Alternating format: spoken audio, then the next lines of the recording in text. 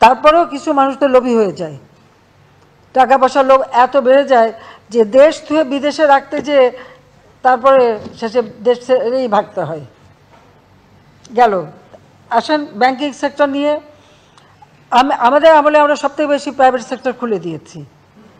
হ্যাঁ, ব্যাংকিং সেক্টরে কেউ ভালো চালাচ্ছে, কেউ খারাপ চালাচ্ছে, কোনো সময় অনেকে ঠিকমতো চালাতে পারে না। এটা ব্যাংক একটা চিরাচরিত নিয়মই আছে।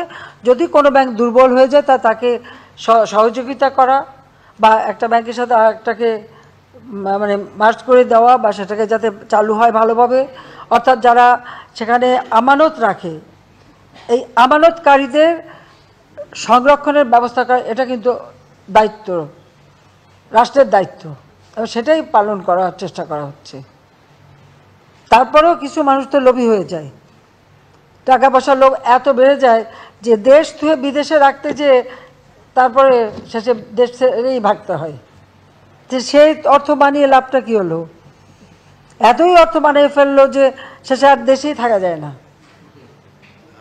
তাহলে লাভ হয় কি? এটা তো মানুষ চিন্তা করে না আসলে। এটা হচ্ছে নেশার মতো পেয়ে যায়, বোধ হয় নেশার মতো পেয়ে যায়, সেটা হলো বাস্তব কথা।